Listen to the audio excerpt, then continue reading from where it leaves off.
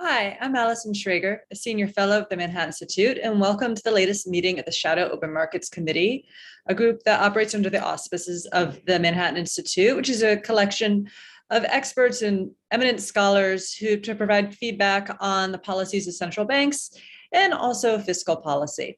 So we have a very large audience today because there's a lot of interest in institutions like the SOMC, and I think it shows right now, the moment we're in, why it's important. There was quite a lot of media attention over this week about who deserves to take a victory lap right now. I think victory lap is sort of a strange term to describe the situation we're in. I think the economy is definitely running a little hot, and with inflation that poses many risks. So I'm not sure anyone should take a victory lap. But if anyone, I guess, should, it is, I think we're seeing the benefit of thoughtful, rules-based policy guided by people who have carefully studied the many mistakes monetary policymakers have made in the past and can use that wisdom to try to do better. And our two panels today draw on that wisdom and have most thoughtful scholars in the field debating that. First, we're going to have a panel discussing, where we are with price stability, where it went wrong, and what we can do to get out of it. I think you'll see, we've, the SOMC for a lot of years have raised concerns about putting the foot on the gas for too long, and now we're here. And can we get out of this without posing huge harm to the economy? And then the next panel, I think, gets a little bit less attention, but might be long-term even more important, which is regulatory structure that's getting a lot of attention now, especially as it becomes more politicized and really could threaten to undermine the independence of the Fed. So both panels, I think, are going to be very interesting, and we should get right to them. So I'm going to hand us off to Greg Hess of IES Abroad to start with our first discussion.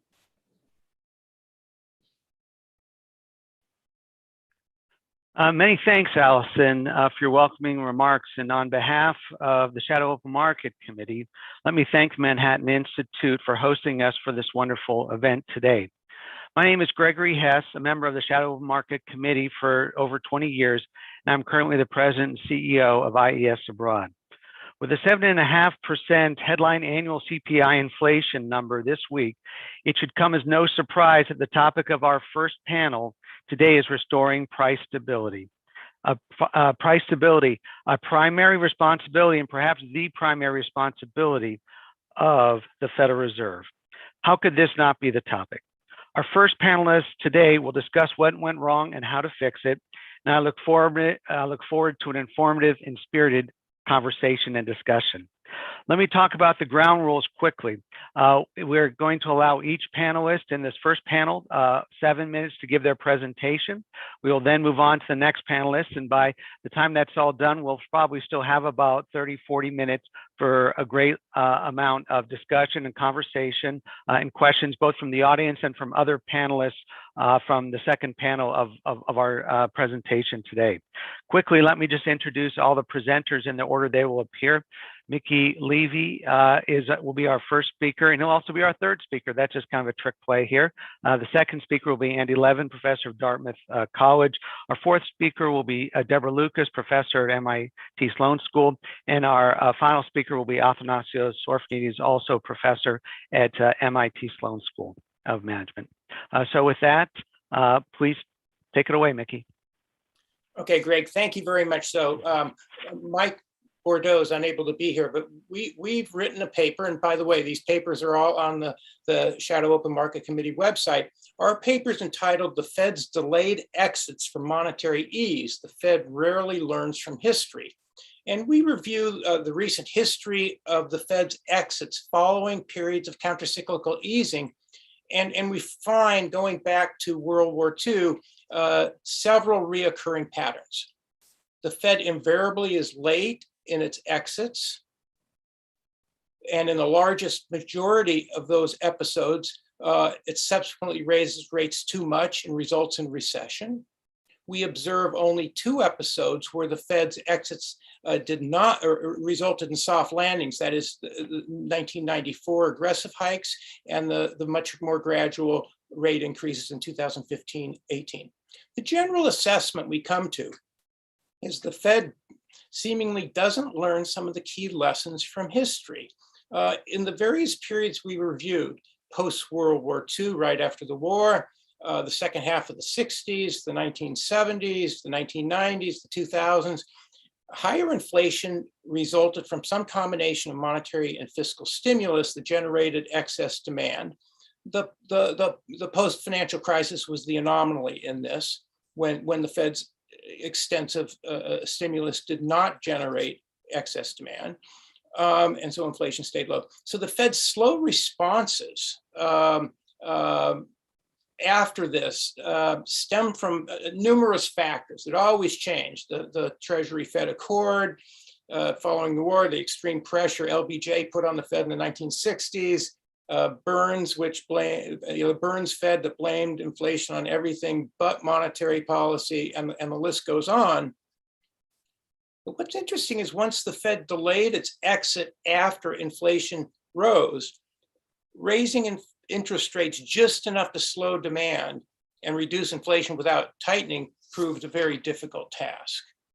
So, in every case, when the Fed exited, it raised the funds rate above inflation.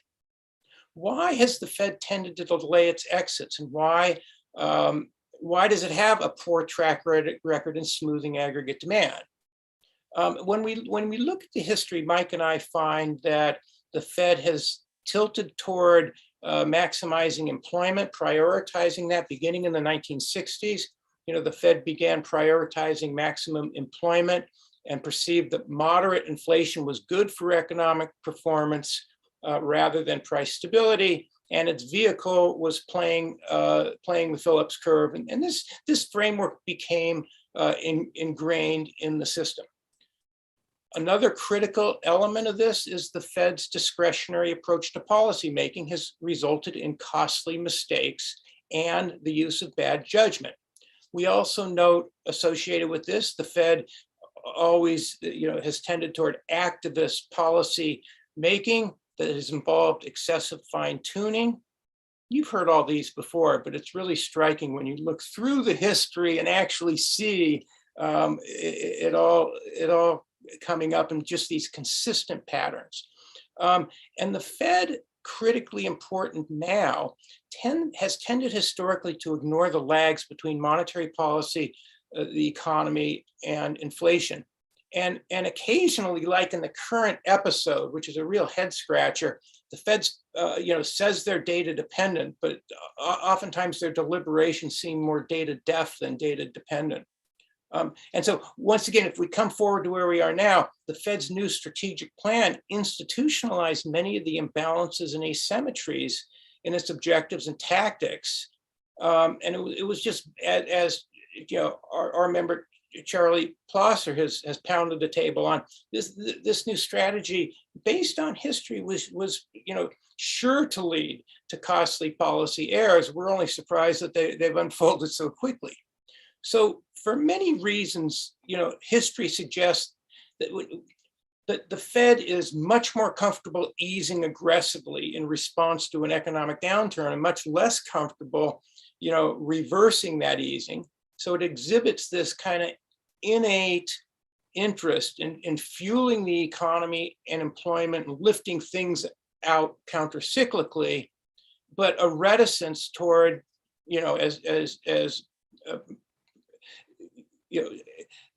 from taking the punch bowl away. So it's very reticent to do so. And this tilt, this tilt may reflect the Fed's unhealthy relationship with financial markets, its fear of harming financial markets, and its fear of getting blamed for its exit causing any harm to the economy. So so obviously now with the real funds rate more deeply negative than any time in history, this huge surge in M2 money supply and the fiscal policy pipeline still plentiful. Now the Fed faces this major challenge.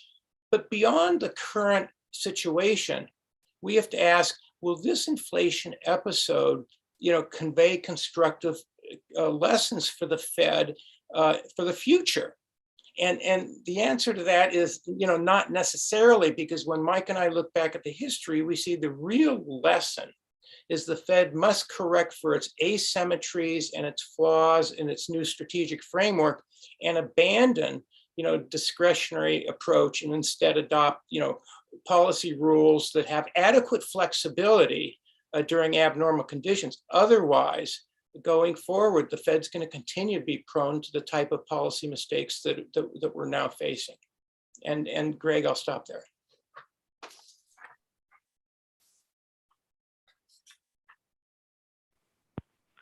Thank you, Mickey. Appreciate that so much. Next is Professor Andy Levin, please. Yes, hello. Thanks a lot to the Manhattan Institute for hosting our meeting this afternoon. This is a really critical time.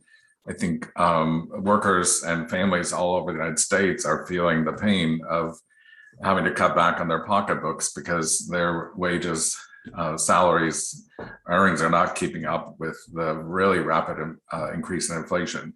The Fed has a dual mandate: maximum employment and price stability.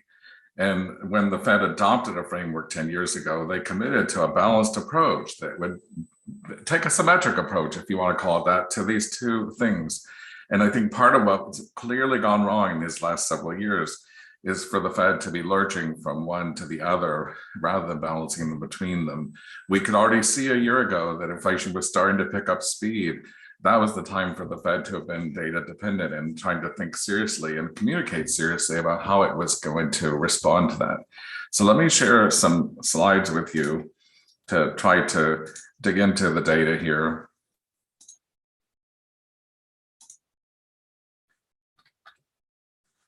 So a critical thing is just, I teach this in my Monetary 101 class. It's on the Fed's own website, is that we can't talk about the stance of monetary policy in terms of an interest rate that's paid in US dollars, what we call a nominal rate. The right way to talk about the stance of monetary policy is to adjust for inflation. In fact, this is so widely, universally accepted among macroeconomists that we call it the real interest rate, the real interest rate. This is the one that really matters to the economy. This one that matters for employment. This is the one that matters for inflation. You have to adjust for it. So I've seen this even the last couple of days, people still talking about a neutral interest rate of 2 or 2.5%. That would make some sense when inflation's running close to its target. And it makes no sense at all in a situation where inflation's running well above the target. Okay, we have to judge monetary policy stance in terms of the real interest rate, and we have to look at that relative to an assessment of the equilibrium real interest rate, what often economists call our star. Okay, so here's the data. So if you look at 2019 was a year when the economy was doing reasonably well, unemployment was low, the job market was getting close to full employment, and inflation was running around 2%, plus or minus a couple tenths. Okay, you look at what's happened in the last year, and particularly the last 6 months, it's an increase in inflation across the board of around 3%, 3.5%. When you look at the federal funds rate, the Federal Reserve cut that rate by 2 percentage points in the onset of the pandemic, and they haven't moved it since then.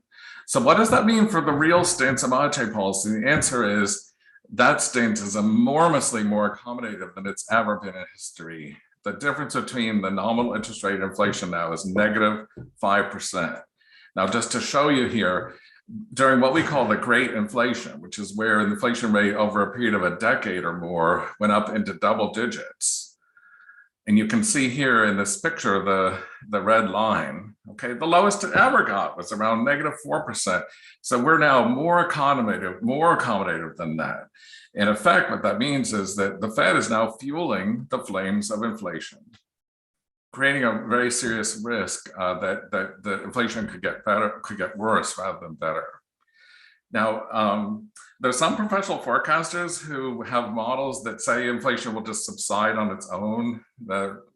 Some forecasts that say it'll be back to 2% this year or 2.5%. I'm very skeptical about that outlook. It's possible, but I think there's a lot of reasons to think that inflation may stay high or even rise further. The supply chain tangles are not going to be resolved quickly this year.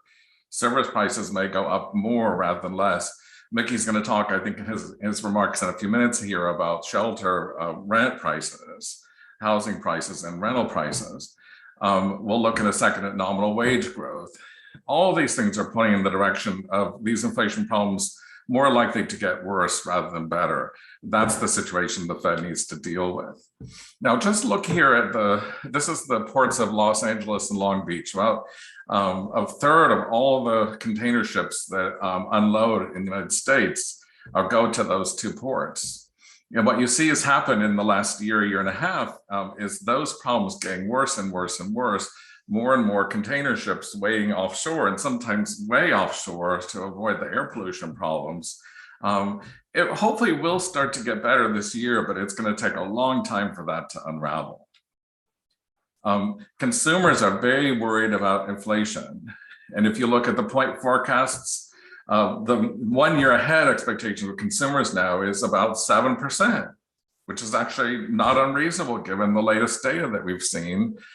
Even at a 3-year horizon, they're expecting inflation to continue at around 5%. Remember, the Fed has a target of 2%, so this is way, way beyond the target. Now, the reason this is critical is because it's not fair to ask workers to have a reduction in their spending ability. Okay, this inflation eats away at their pocketbooks. It's an increase in the cost of living. It's really difficult for workers. We wouldn't say that workers are greedy when they want to have an increase in their nominal wages, their dollar wages that's roughly in line or even a little bit more than the rate of inflation. And that's what's been happening. Over this past year, for production non-supervisory workers, these are not the CEOs or the highly paid executives. Okay, these are ordinary workers. And over the last 6 to 12 months, their wages have been going up at a rate of around 7%, which I think is perfectly reasonable. But then, of course, a lot of firms have to pass that through into their prices. And this is exactly the wage price dynamic that we saw during the great inflation of the 1970s. And now it's just come into play very quickly. Okay, so what's the bottom line here for the Fed? They have to stop making decisions on a meeting by meeting basis.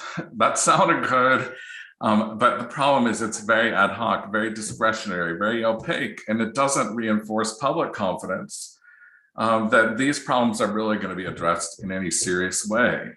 The Fed has to adopt a strategy, a clear strategy, a transparent, systematic strategy for how it's going to bring inflation back under control.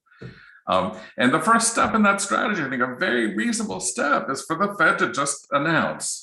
Chair Powell could do it this month in his testimony to Congress to say, we're going to move to a neutral stance of policy.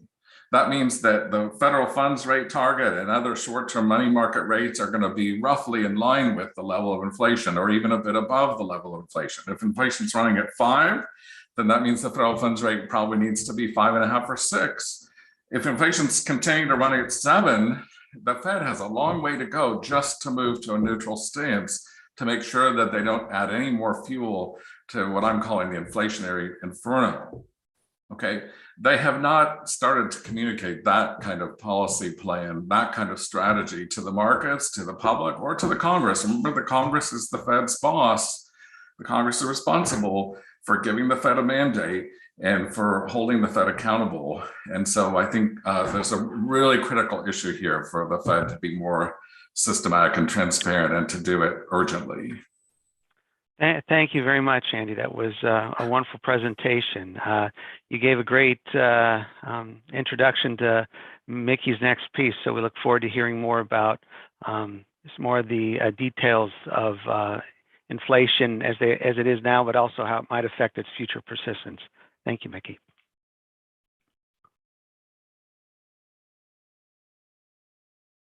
Just a second. There we go.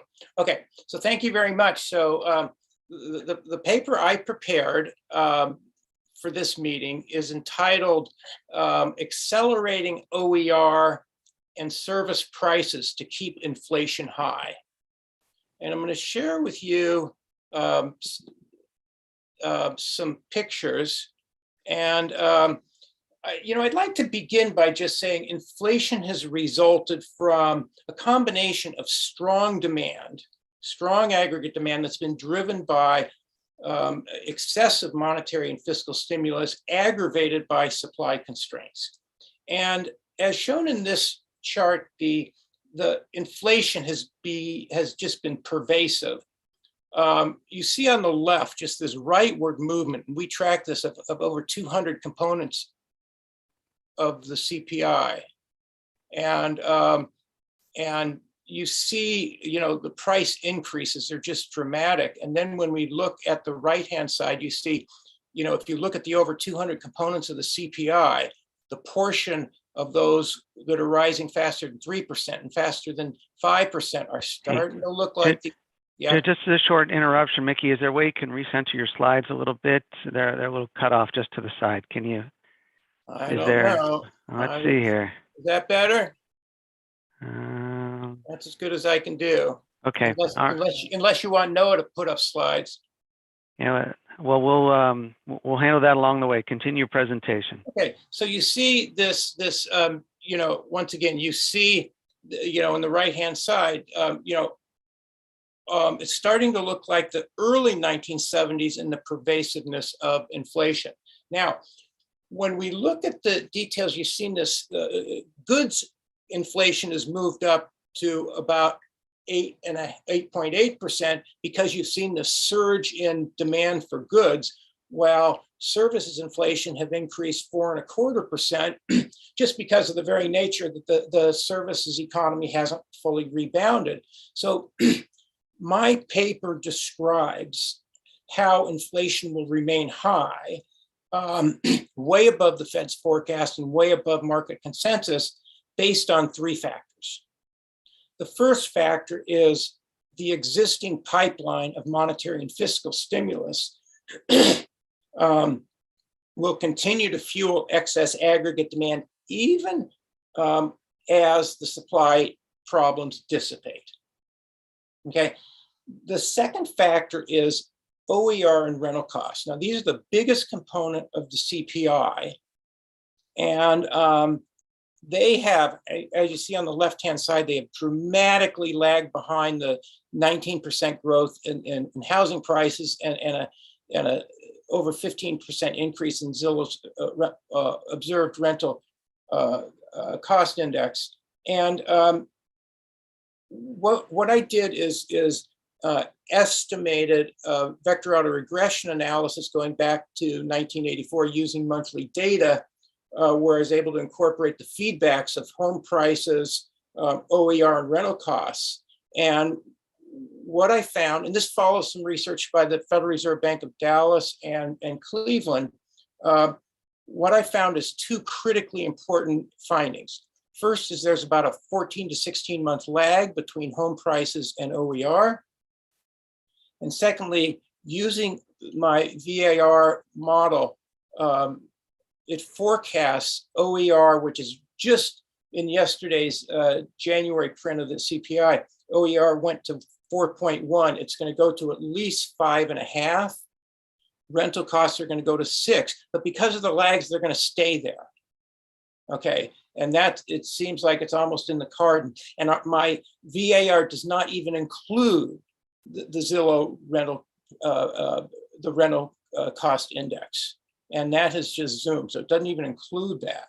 Now, the third reason why I expect inflation in services to stay high, inflation to stay high is service inflation is going to accelerate and stay high. And it's going to reflect rising wages and very tight labor markets. And the acceleration in inflation of services is going to outweigh disinflation or even deflation in the goods as the supply chains unwind. So if, as I expect, if services inflation, which before the pandemic, services were about, on average, about 65% of total consumption and the PCE price index, and now it's fallen down to 61 and it's going to go back up as services catch up. If services inflation rises to 6% from 4.25 now, which seems almost conservative, then you need zero inflation in goods to get the PCE price index to 4, and to get to the Fed's forecast for 2022 of 2.6 on the PCE price index of 2.7 on the core, you need significant deflation in goods that I don't expect.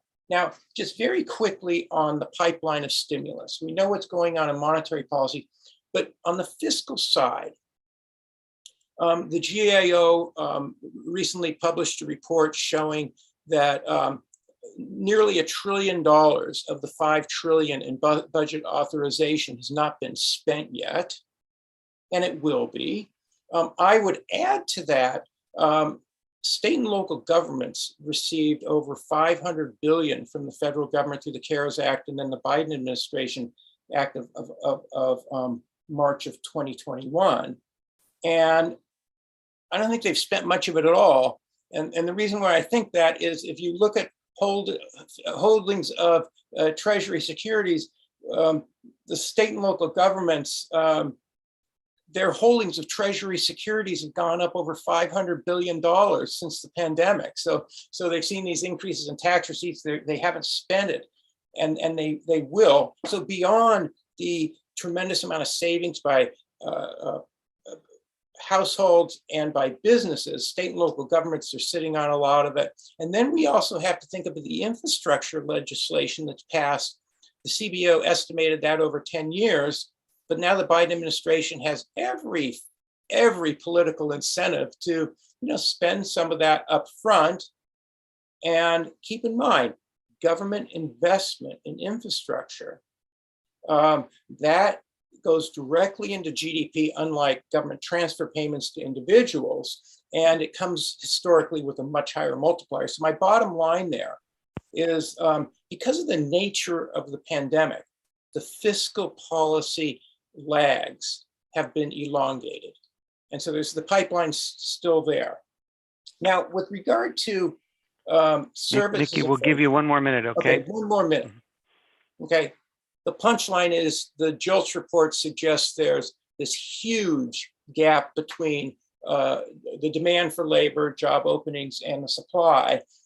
If you were to just take the JOLTS data on job openings and then compare that to the total number of unemployed in the labor force, plus the total number of people not in the labor force who say they would like a job, and the unemployment rate is not going to stay at 4%. It could come down to 3%. You just do the back of the envelope. So labor markets are going to stay very, very tight.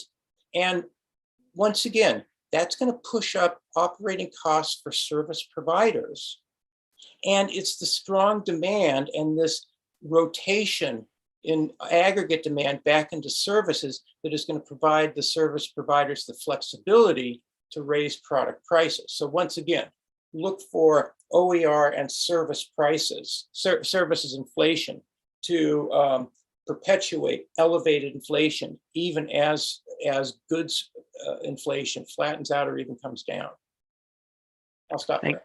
All right, thank you. And as you take down the screen, let me just give everyone just a reminder that if you do have a question, you'd like to ask a question to panelists, we'll take the questions in a few minutes after the next two presentations. We'll get into a broader conversation. Please just put them in the chat, and we will make sure that we get them. And I'm already keeping a list of people who've already asked questions, and we will do our best to get to them during this presentation. Thank you, Mickey. You gave a nice kind of introduction to Debbie as well, who's also going to talk about both fiscal and credit policy hangover and how it has impacting inflation today. Thank you, Debbie. Great. Thank you. Just one second. Okay. So what I want to emphasize in my talk is the importance of fiscal and credit policy in today's inflation. And I think you're going to hear that this is quite a contrarian perspective maybe to what you've heard so far. So I want to make a few main points. The first is that credit and fiscal policies likely had and are still having an enormous impact on aggregate demand. and on household and firm savings. But I think it's plausible that those effects will be transitory, not really short-term transitory, but lasting for a year or two, but not beyond that. The second point is that credit policies are extremely important drivers of inflation, and those often go unrecognized. I think they become an ever more frequently used policy lever, and that their macroeconomic impacts and costs continue to be seriously mismeasured.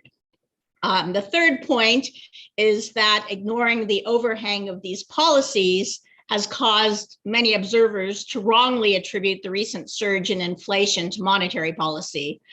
There's general agreement, and I agree too, of course, that the Fed needs to start taking more aggressive action to counter inflationary expectations. However, it's not clear whether the Fed should have acted more quickly to tighten to try to head off inflation, or even whether doing so would have reduced the large policy-induced inflationary surge that we're now experiencing. I'm going to make the case that earlier actions by the Fed may very well have been the wrong call, and that the criticism they're receiving by my colleagues and others today, at least in this instance, and I usually am very critical, may not be merited based on the current evidence. So what I want to do is use my remaining time to provide some evidence on the likely magnitude of the effects of fiscal and credit policies, and to elaborate on some of the policy implications for the Fed. So Milton Friedman famously said that inflation is always and everywhere a monetary phenomenon. And while that's probably true, the money need not come from the monetary authority. Instead, it could come from fiscal or credit policies. The mechanisms that lead a helicopter drop of money to create inflation are the same, whatever the official source of the funds. So the sharp drop off in economic activity triggered by the pandemic was met by a massive fiscal policy response throughout the developed world. This chart, which is from the IMF, highlights the unprecedented size of traditional fiscal actions, such as increased spending through expended unemployment benefits or stimulus payments and tax cuts. At about 25% of GDP, by the way, the IMF measures it, the US topped the international charts for aggressive fiscal policy as a percentage of GDP, followed by countries like Great Britain, Australia, and so forth, that all devoted more than 15% of GDP to new fiscal measures. But looking more directly at the magnitudes for the United States, the sum of 2020 and 2021 budget deficits totaled about $6 trillion. And I think this is I always like CBO report covers. This one is pretty dramatic, showing the blip in deficit spending that's really historically unprecedented in response to the pandemic. And as far as the Fed's role, it largely accommodated this fiscal policy through purchases of Treasury securities, of course, but the mechanism that moved money from the government into the households' pocketbooks was fundamentally fiscal.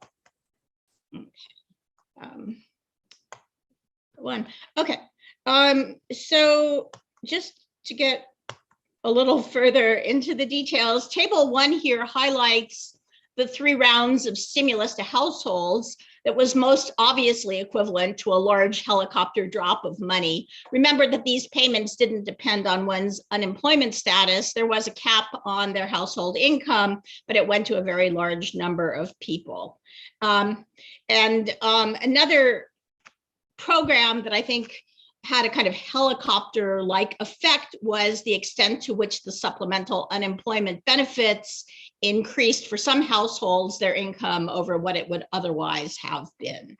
But let me go back for a second to Figure 1, because what I have to say, which is really different than what most people focus on, is about credit policy. And this figure is showing that in credit policies actually, in terms of the envelope of additional credit made available to businesses and households, was of similar magnitude overall to what you would describe as traditional fiscal policies. so I would argue that these policies are huge and very underappreciated. And in the interest of time, I'm going to skip ahead a little here. So just thinking about the details of how credit policy was expansionary in the United States. In fact, it's true in general that the US relies much more heavily on credit programs all the time than most other countries. But what they did do that was new in response to the pandemic was introduce the Paycheck Protection Program, which effectively was an $800 billion helicopter drop onto businesses because the loans were forgivable. So it was essentially a grant. And the other thing they did that was extremely large was forbearance policies on government-backed mortgages and on government-backed student loans. So on the mortgage front, about 2.1 million mortgages representing $470 billion in unpaid principal balances went into forbearance for a period that initially was supposed to be just 6 months, but was extended multiple times and became over a year of forbearance. So a rough calculation about how much money that might have put into the typical household's pocketbook would be about $12,000 annually. So these policies had very little effect on wealth because ultimately the money did have to be repaid, but just in terms of cash infusion, it was significant. You can tell a similar story for student loans where there was a payment moratorium, whether or not people were unemployed, on about $1.5 trillion of federally held student loans. And that had an even bigger total effect, as you can see in this table. So what you can conclude about all of this is that collectively credit forbearance actions put more than $200 billion of cash into people's pockets that they didn't expect to have. And notably, that money contributes absolutely nothing, zero, to reported budget deficits. So the fiscal policy size is understated in the way we usually look at it. Okay. Let me just go on and say, so I want to make it clear that for many of those who had lost their jobs or business income, all of these cash infusions, whether from fiscal policy or credit policy, were a lifeline, not a windfall. And I strongly support the idea that governments can play a uniquely useful role in providing insurance against catastrophic events, which is effectively what happened during the pandemic and what these programs were intended to do. However, because some of these programs, like the Paycheck Protection Program, were very loosely targeted, for a substantial number of households, these policies created a windfall, a helicopter drop of cash. Because it was a windfall and spending opportunities were constrained, much of that money was saved rather than spent. And I don't have a really good picture of that, but this is kind of an international picture just showing the large upward spike in liquidity holdings all over the world. So there's a lot of evidence that a lot of the money that came out was saved. So just finally to conclude, what does this all mean for monetary policy? Well, I've made the case that it was expansive fiscal and credit policy rather than easy monetary policy that dropped large amounts of cash on individuals and businesses. In fact, businesses were reluctant to borrow through the traditional bank and capital market channels that are most affected by monetary policy, and small changes in base interest rates wouldn't have changed that. It was a highly risky period and not the time to make major investments. Had the Fed tightened, the demand created by fiscal and credit policies would have still been there. And it's doubtful that it would have made sense either economically or politically for the Fed to try to undo deliberate emergency fiscal actions until the crisis period had ended. The Fed is figuring out how to do that now, and I think it's appropriate to withhold judgment for a little while longer. Thanks. And I'm going to turn it over back to you, Greg. Thank you so much, Debbie. Our final panelist is Athanasios Orphanides. He's going to give some insights out to how the Fed can correct the course of policy. Thank you, Athanasios. Thank you, Greg, and it's a pleasure to be with you in this virtual forum once again.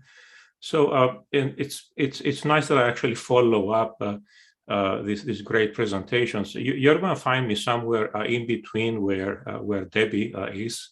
I agree with her that the Fed's easing during the pandemic, and in my assessment, policy, I'm going to say through a year ago, spring of last year, potentially even summer last year, was correctly calibrated, and I think it was very, very important to have the accommodation we had in 2020 to avoid catastrophic consequences for the economy.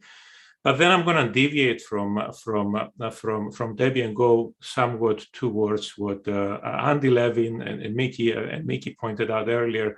Andy, for example, makes a very, very simple point that we teach to our students. Fed policy in the last 6 months is violating grossly the Taylor principle. You are supposed to make sure the real interest rate is rising when inflation concerns are picking up. As Andy pointed out, this has not been the case. And Mickey, in his presentation, highlighted that the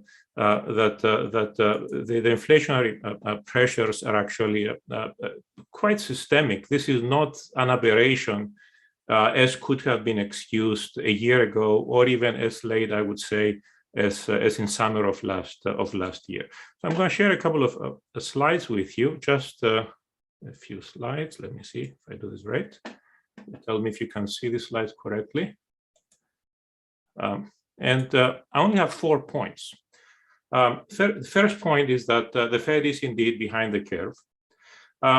But I would argue that the Fed is less behind the curve than it appears to be the case, because most of the focus in assessing monetary policy has been on policy rates.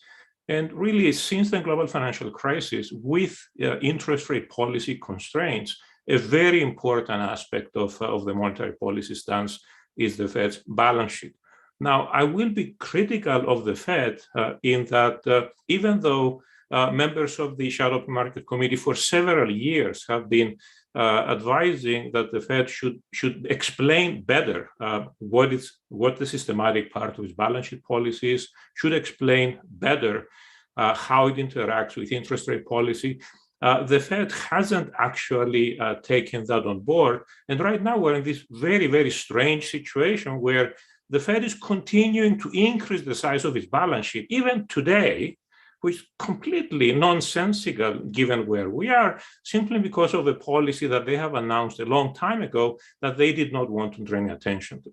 And the third point I point out there is that really the Fed, in light of the substitutability of the two instruments, should explain better what is doing with both instruments, both the balance sheet and the policy rate. And I want to highlight with just 2 slides where we are, and we'll put this in a historical perspective. The difference relative to where we were before the global financial crisis is that before the global financial crisis, nobody had to look at the balance sheet of the Fed to actually assess monetary policy. But you will see here that both after the global financial crisis and even more so during the pandemic, the Federal Reserve actually used its money printing extremely effectively. And we're talking about 15-20 percentage points of GDP of a balance sheet expansion that, yes, has, among other things, the fiscal power that relates to what Debbie was just pointing out. But what I have in this chart is also a very simplistic projection of the balance sheet under the assumption that the level of the balance sheet stays for the next 10 years at the level where it was at the end of 2021. And taking into account the fact that the economy is expanding, and let's use here, this is what I'm using for this illustration, the Congressional Budget Office estimates of potential GDP over the next 10 years, one thing that you see is that the size of the balance sheet as a fraction of GDP, even if the Fed simply keeps the balance sheet where it was at the end of last year and doesn't do anything with it, declines quite a bit. And that actually does have some tightening impact in the economy. Now, this is not enough. I'm not saying that this tightening is enough, but I want to start from this point and say that there is already some tightening embedded in what the Fed has communicated, because they had communicated already last year that they will stop expanding the balance sheet this year. So this is step number one. Step number two, and this is what is really important to do going forward, is provide some information about how fast the pace of normalization is going to be.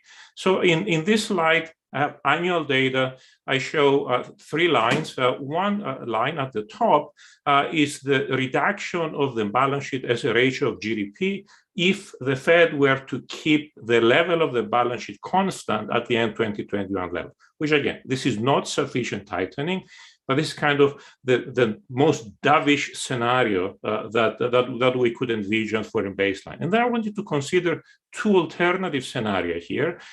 In alternative B, the Fed is simply shrinking its balance sheet by $500 billion per year over the next decade. In alternative C, the Fed is shrinking its balance sheet by $1 trillion per year for 5 years, and then leaves it constant for the subsequent 5 years. Now, I want you to see that in these 2 scenarios, B and C, the endpoint of the balance sheet is the same. But of course, these 2 scenarios are quite different. And if you go from the blue to the green to the red line, you're talking about the equivalence of a few hundred basis points instead of in terms of the federal funds rate of tightening. It's really critical for the Fed to communicate what these plans are if the Fed wants to let us and others be able to calibrate and assess what the stance of monetary policy is. To tell you the truth, at the moment, without having this information on the balance sheet, I cannot tell if the Fed would need to tighten by 100 basis points this year, or 50 basis points this year, or 300 basis points this year, because we're talking about a vast range of outcomes that could be compatible depending on the choice of the balance sheet. So this is, I'm gonna simply conclude by pointing out something that was already pointed out before. But Andy at this meeting, Mickey at this meeting, and in earlier meetings, every meeting we bring this up. What we need to make progress is systematic policy on the Fed's tools. Right now we have 2 tools that the Fed should be clear about. What we need to make progress is get away from this meeting by meeting discretionary approach and uncertainty about what the Fed is going to do every few weeks. And let me stop here. Thank you. Thank you very much, Athanasios. I'd like to take this moment to thank all the panelists, and would maybe just take this little window of time to bring in the other panelists so we're all up on the screen and able to start looking at some questions. So let me think. Here's the first question from Bert Eli. Has the recent outburst of inflation undermined whatever credibility the Fed had as a capable, credible interest rate manipulator? Anybody like to jump in on that one? This is about credibility of the Fed, and has any of it been lost in this recent surge in this, strong rise in inflation? Anybody like to try? Andy, please. Can we unmute him? There you go. Well, first of all, thanks a lot to Debbie and Athanasios. I think it's great when we have a diverse set of views here around our virtual table. I think the Fed has been way too dismissive of consumers' expectations. Historically, they were pretty dismissive of it. And there may be reasons to do that in some circumstances when it's just clearly a temporary shock and some consumers are responding to that. But what we've seen over this last year is consumers systematically shifting their views, not just about inflation over the next few months, but consumers now in the Michigan survey and in the New York Fed survey, expecting that inflation is going to be around 5% over the next several years, which is more than twice as high as the Fed's inflation target. That means that there's an urgency here for the Federal Reserve to communicate to the broader public, not just to the Fed watchers, not just to the financial market participants, but to the general public and to small businesses and ordinary households. What's its plan? what inflation rate is it going to tolerate? What's its plan for bringing inflation down over time? And we talked about this at the beginning of the pandemic, and the irony is that the same phrase now is applying. Hope for the best, prepare for the worst. But hope is not a plan. And so we can hope that inflation will subside this year. But there are a lot of reasons Mickey mentioned and some of that I mentioned why I think we need to be very concerned that inflation could continue to head upward rather than down. So if you ask me about credibility, I'd say the Fed's credibility is absolutely on the line right now. Yeah, helpful. Any other quick comments? Any other quick comments? We have a related question coming up next. Anyone? So this is one of the questions, and it goes, Deborah, I have a lot of sympathy with your argument. But if fiscal stimulus had taken place without the Federal Reserve quantitative easing, would the impact of this fiscal stimulus on bank deposits / broad money not have been offset by the drain on household deposits as investors had to buy the debt issued by the government? Is that hopefully I made it clear enough? Yeah. So Okay. That's good. Okay. I think not, because we were in a period worldwide where we were still pretty much in a savings glut. So I think, I think maybe the government would have had to pay a marginally higher interest rate, but as in all crises, there was also a bit of a flight to quality. And I think there is, in fact, now people are worried, ironically, that there's not enough treasury debt out there for the demands of financial institutions and others that need safe assets. So, I think it might have changed the level of interest rates a bit, but I don't think it would have changed the fact that as long as people have money flowing to, most people probably aren't thinking that hard about where the money is coming from and what the long run equilibrium is going to be in the macro economy. They just think, oh, great, I have this much more money, so maybe I can buy that used car that I wasn't able to buy, or I can, but a lot of that demand was restricted because people couldn't do anything. And so now that they can finally do stuff, they did save a lot, and now they're doing it. And so on all of that, while I have the floor, I'm just going to throw out my own questions back at my colleagues, which is, if I'm wrong, and Athanasios, you're kind of in the middle, which is fine. But if I'm wrong and you're right, then why isn't the yield curve steeper? The bond market, if the 10-year rate is at 2%, how can you believe that people think inflation is going to last for a long time? And why don't we see this if we think inflation is going to be severe for a while, why isn't there a steep hump shape in the yield curve? So, I take the bond markets pretty seriously. Anyone, I'm losing my view here. Would anybody like to start on that one first, or please, Mickey? Yes. Unmute. I don't know if I can do that for you. Yeah. Debbie, I think you're bringing out a great point, and one of the biggest so-called conundrums of the current environment is why are ex-ante real bond yields so low? And I don't think the story's over yet, because I think they're going to rise. And if we look at, say, total budget deficits, take away the Treasury's huge drawdown of its cash balances last year, and you get to increase in publicly held debt, the Fed absorbed a sizable portion of that.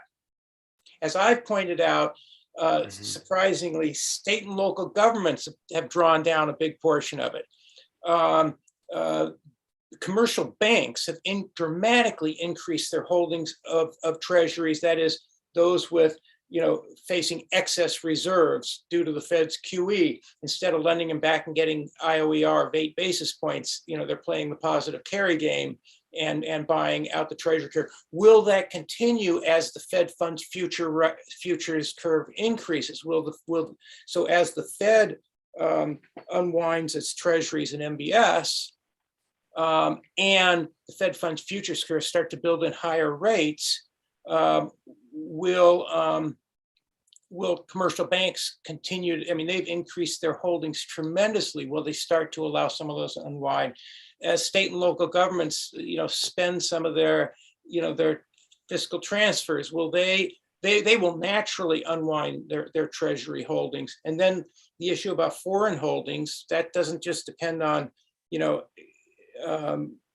interest rate differentials adjusted for inflationary expectation differentials, but it also depends on their perspective of where the dollar is going. So I don't think the story is over. We just have to wait. I agree with you. It's been really striking that how up until a couple months ago, how sanguine the markets were about just about everything, and it was just really head scratcher. And now, now some of the realities are beginning to set in. Maybe would anybody else like to comment on that? If not, I have a somewhat related question, which is by several people. Let's see if I can find it here. Hold on. Is it still possible that the inflation now is indeed transitory? Anybody purely on team transitory? We won't do a show of hands. We could. I knew it. We got you. I'm a little bit of transitory, a lot of transitory. Anybody else? Well, Greg, please. let me take this by pointing out that again, it's halfway between Debbie and Andy and Mickey on this one. I mean, if we look at market expectations of inflation compensation, they have actually remained remarkably stable. Say the 5 by 5, and this is the conundrum that Mickey highlighted. But it's not a conundrum if we actually accept that the Fed still has the possibility to tighten policy appropriately over the next few quarters, and indeed ensure that the spike in inflation will come down. Clearly, we have supply factors, so part of what we saw last year was a spike that's going to come down. But I do agree with Mickey and Andy that there is a demand component there as well, and that part is not going to come down on its own. We actually need to have Fed action. So right now, I think we're in this very, very tricky situation. Will the Fed take the appropriate action to keep inflation expectations anchored and do ensure that inflation comes down? Frankly, I'm not sure right now, because the Fed has not yet communicated how it will respond systematically, both with interest rates and balance sheet. But yes, it's possible that at the March meeting we have sufficient clarity on policy tightening that will then ensure that the inflation we see is transitory. It's up to the Fed. Hey, Athanasios, I have a question. If you were representing your labor union on the next contract, on your next labor contract, and the CEO gave you the term sheet and it says, okay, let's build in 2.3% expected inflation because that's what the five-year forwards are saying, would you go along with that? Wouldn't you say? Of course not. I wouldn't do that, because that's the wrong horizon. So again, one thing is to say, do we have inflation that is temporary, and we will be back to 2% in 2023, 2024. I think with correct policy, the Fed can still deliver this. Then there is the other issue of, as Andy pointed out before, yes, I mean, we need to make sure that we are not sliding those whose real wages are coming down. I wouldn't argue for the position that, as I understand some in the continent have been doing, that real wages should just stay low for a while to help policy out. That's not a sensible position. I would probably, I'm going to weigh in here. I suppose maybe that's my prerogative, just with a couple of my points. One is that I agree with Athanasios that, policy is what makes inflation transitory and keeps it transitory. The second one is, in the Fed's new framework, the Fed intentionally stated they wanted to raise the level of inflation. That's why a lot of this new framework came about. They wanted to raise the level of inflation permanently, not just transitory. And we know oftentimes when there are measures of temporary and permanent, when people try to decompose them in statistics, the measures are actually quite correlated. You give a little bit goes to temporary, a little bit goes to permanent, and I think we're going to find that as well this time. One of the commentators also brought up the point that, is it useful? How useful is it to use interest rates as a historical, as we historically have done, as a measure of trying to understand interest rate and expectations, given the Fed's, just $7 trillion intervention or $7 trillion intervention over the last 15 years into securities that it was never and intentionally lowered yields. How does it remain a valid indicator of the kinds of inflation and financial conditions as it historically has? That's one of the questions that's out there. And please, anyone, please jump in. Let me just jump in on that, because I think it is a very hard question. It's kind of a big general equilibrium question for the entire world economy.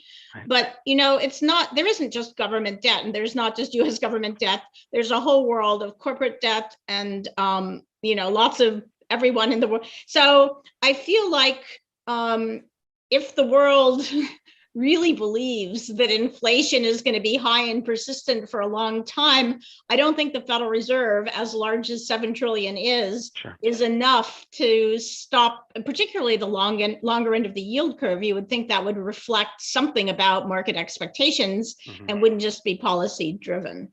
Okay, so I'll leave it at that. All right. Here's a question. It says for Athanasios and Andy. Does the Taylor principle really require the Fed to set rates higher than inflation, even if that inflation is the result of a one-time pandemic disruption? Or does it mean the Fed should set rates higher than underlying or expected inflation? Let me start this one and then give it back to Andy. So the point I'm making with the substitutability of the instrument is that you can tighten quite a bit just by shrinking the balance sheet. And if the Fed were to shrink the balance sheet aggressively right now, suppose, as hypothetical, it actually shrinks the balance sheet by $3 trillion over the next 18 months. That would be such massive tightening that you wouldn't want to touch interest rates. But that's not the point. The point is to realize the substitutability. The Taylor principle needs to be modified to take into account what the Fed is doing with the balance sheet. The balance sheet affects longer term premium. Through the term premium, it is affecting real longer term interest rates. Taylor principle is kind of the simplified version of that, looking at the real short-term interest rate, but in practice, we also need to take the longer-term real interest rates into account. Okay, so first of all, a couple of weeks ago, the Fed did clarify its balance sheet strategy. They said that their plan is not to sell securities. So there is still an open question about when they will suspend reinvestments, and my personal guess is there would probably be sometime this spring, and how quickly they suspend it might be faster than what was done in the previous cycle. But the point is that much of the holdings they have are seasoned securities that are not very liquid. They're mostly buy and hold type securities, especially the MBS. They figured this out last time around. So there's no scenario, Athanasios, where they could unwind by 1.8 trillion over the next 18 months I agree. without causing very severe financial market disruption. So I think now just think about the following. They increased the balance sheet by $5 trillion over the last 2 years. Okay. Probably they will allow that to unwind over the next 5 years. So $1 trillion a year. Okay. So whatever amount of stimulus you think we got from the 5 trillion increase, it'll be unwound very slowly. So in contrast to Athanasios, I think the problem is actually worse than the interest rate, because if you think that the 5 trillion in purchases added a lot of accommodation, then they need to unwind that too. And that has to happen over a fairly long period. Now, coming back to the question of the Taylor principle, early on, when many people thought that this might be a pretty transitory, just supply disruption, and inflation expectations were still close to 2 or a little bit above 2, the Fed had some luxury to say, okay, we're going to see through this. The Fed's done that before. The problem now, and I showed it in my slides, is that nominal wage growth is now running at 5, 6, 7% and heading upward. And that's because consumers, workers, and their managers and supervisors all see inflation running at 5, 6, 7, and they all recognize that it's fair to be compensated for those increases in cost of living. Inflation is now entrenched. And one of the lessons we learned from the 60s and 70s is that the level of expected inflation goes into what determines actual inflation.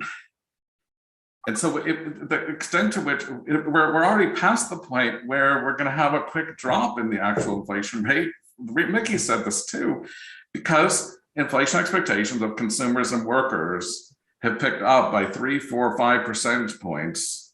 And that's going to continue for years to come. The Fed has to have a plan to how to gradually dial those expectations back down. I just don't see that happening anytime soon.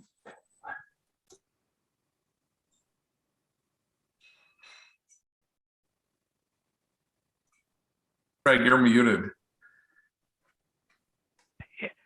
Thank you, Andy. Would anybody else like to chime in? If not, I have sometimes we dip our toe in this, sometimes we don't. I'll just ask the question as it appears, which is, what is the panel's thoughts on the recent competing comments of the Kansas City and St. Louis Fed presidents, which is balance sheet reduction versus rate hikes as the primary thrust of initiating a change in monetary policy? Greg, let me start by saying that right now we need both balance sheet reduction and rate hikes. And the question is how much you do of each. And I think we have some disagreement about how much you can do without disrupting markets. I think the Fed could easily already start communicating $500 billion per year or more, but not more than $1 trillion per year reduction. And Andy is right, you cannot do too much. But even if you do $750 of $1 trillion per year, it actually is quite significant tightening. The point, and I'm going to actually give credit to the Kansas City Fed president for bringing this up. The point is that there needs to be a systematic approach to reducing the balance sheet, and then taking that into account in calibrating what the interest rate hikes are. So I don't think you can be discussing these things in isolation. And Esther George actually made that very clear. That was a very, very important point. And I would welcome if other FOMC participants also clarify the combination of the tools together. So maybe I'll say I don't actually disagree very far, because I think that it would make a lot of sense for the Fed, and they could do it as soon as the March FOMC meeting, to just suspend the reinvestments. Don't drag that whole process out for 6 months or a year the way they did last time. Okay, and that would start to principal payments would start to reduce the size of the Fed's balance sheet by somewhere between $500 billion and $1 trillion over the coming year. And that would be constructive. I agree with you, Alfonso. I think that makes perfect sense. But what we haven't yet heard, and I think we need to hear it soon from Federal Reserve officials, is that they intend to bring the level of interest rates roughly to neutral. Not what I would call aggressive. Okay, aggressive means restrictive. Okay, a neutral stance simply means bring the federal funds rate and other money market rates up into the range of where inflation is. And if inflation stays at 5% or 6% this year, then they're committed to bring the policy rate up that high. And if inflation does start to come down soon, great, then maybe they don't have to raise rates as far, but that would be a strategy. A strategy would be to say, we're going to close the gap and reach neutral as soon as possible, so we don't add fuel to the inferno. And then they can start to fine tune, well, a little bit below neutral, a little bit above, how quickly they want inflation to start coming down. But that just seems like the imperative first step is to get to neutral. Okay, here we go. During spring of 2020, at the outbreak of the COVID crisis, the Fed by fiat made all liquid bank liabilities fully checkable and then set all reserve requirements to zero. Is this great expansion of checkable deposits and elimination of required reserves inflationary or inconsequential?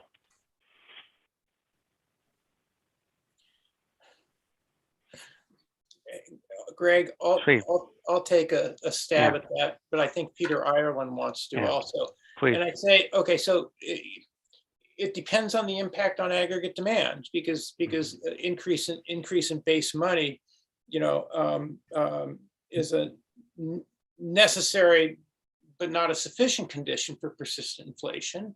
You need the excess demand, and so here's a big, huge difference between the current situation and post-financial crisis, when the Fed then instituted QE2, QE3, bloated the balance sheet, but it didn't generate higher inflation because it never showed up as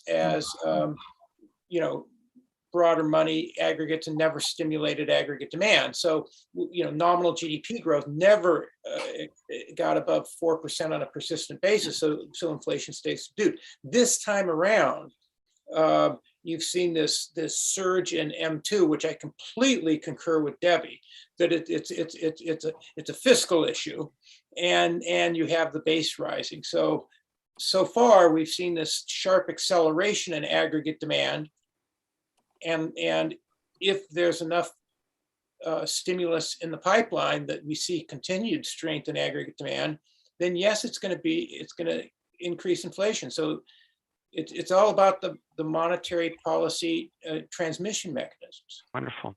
All right, we'll go to Peter. Oh, sorry. May I just add one quick thing on that? Please do. So just on reserve policy, I think required reserves is much less important than it used to be, simply because now that the Fed is controlling the size of the reserves with the interest they choose to pay on reserves, they don't, when they want more reserves, they raise the interest rate that they pay on excess reserves, and the level of excess reserves is still so stunningly high that at least unless something changes in the way they do policy, I'm not sure that required reserves have a very important role in modern monetary policy. Others might not agree with that. Please, we'll go with Peter and then Charlie. Please, Peter. Yeah, I would start just by echoing what Debbie said to just address the details of the question. Lowering reserve requirements to zero may have had some effect. I don't think a huge effect for precisely that reason. Required reserves were already at such a low level.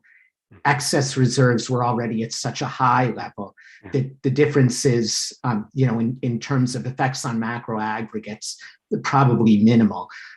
The logic of economic monetary aggregation, as pioneered by William Barnett, does say that when liquid assets become more money-like, that is like increasing the money supply. So making all liquid bank liabilities fully checkable, I definitely think may have had some effect too. But then let me conclude just by going back to the point Mickey raised.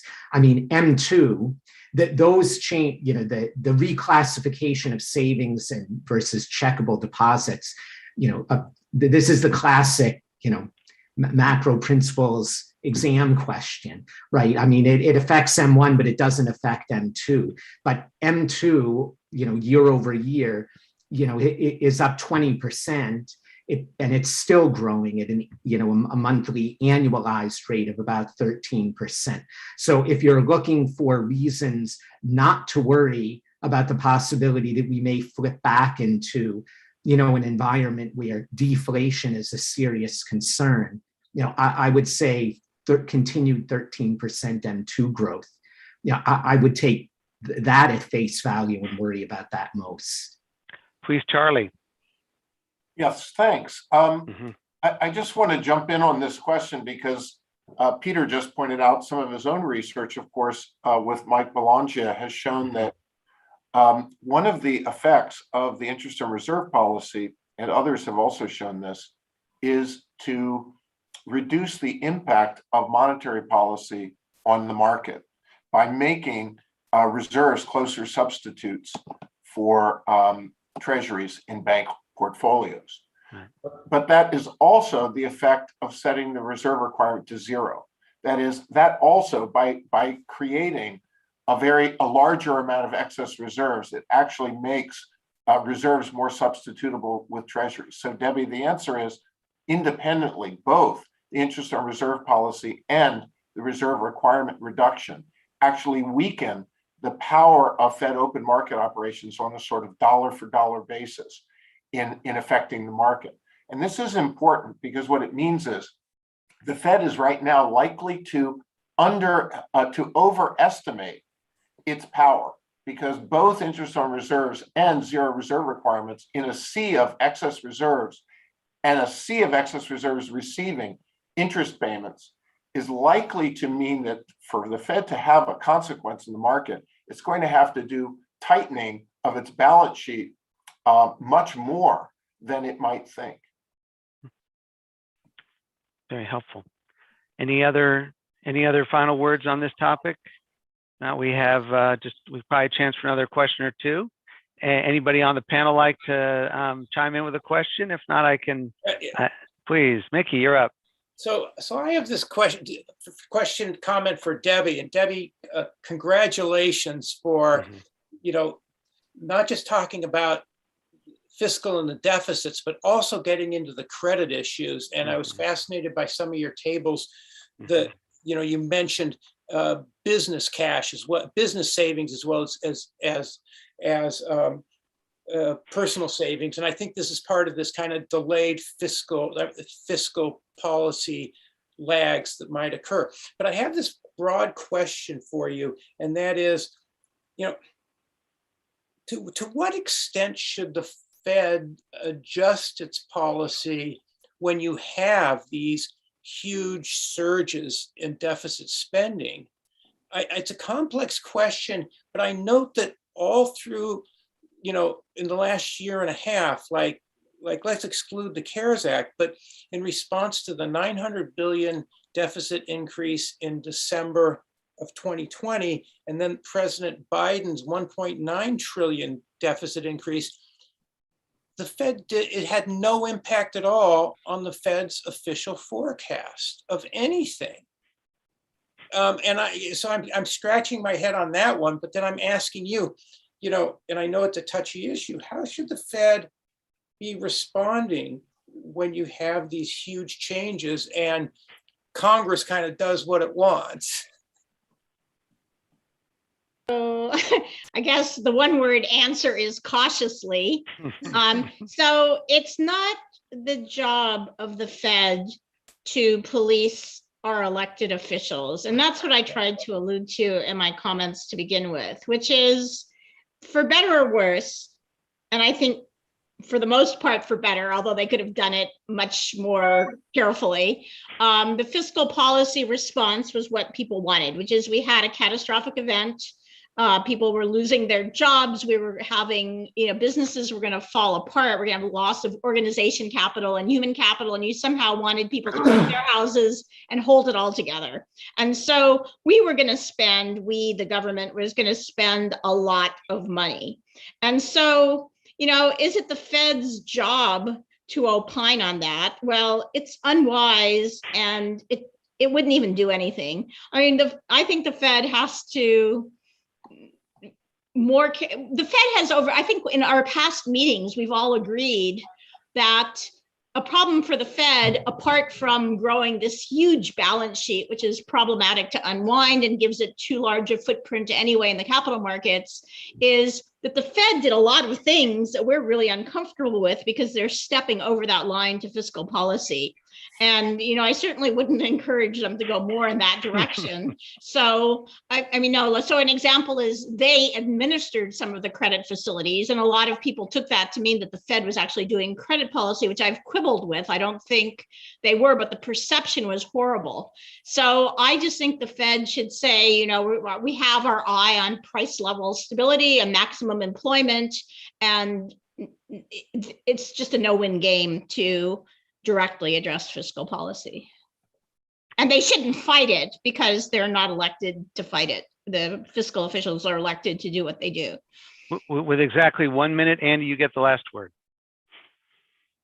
Okay, so in the past, when I worked at the Fed, there was a lot of emphasis on risk management. In fact, I just noticed today that the Fed just released its stress scenarios for banks. Okay, we know that it's a worst case scenario if we end this year with inflation close to 10%. I think that if that happens and inflation's still heading upward, that it's going to be a very serious problem for the Federal Reserve and for the country, a lot of ordinary people, and the inflation will become more and more entrenched. And Greg, you talked about this a few meetings ago, about the anguish of central banking, okay? That risk has to be avoided. And so now is the time for the Fed to be as clear as possible. What is the plan? To make that plan crystal clear to the Congress, to the markets, to the public, to businesses and consumers, to make sure that that risk is off the table. Well, thank you, everyone. You delivered. It was thoughtful. It was lively, a little spicy in a couple spots, but that's okay too. It was a wonderful session. I hope everyone in the audience appreciated it so much. I'd like to turn it over now to Peter Ireland, and my colleague. And Peter, look forward to hearing the second panel with our guest and with Charlie Calamiris as well. Please.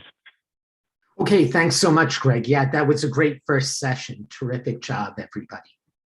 So our second panel this afternoon is titled Governing Monetary Policy, and it'll consist of 2 presentations followed by, again, another Q&A session.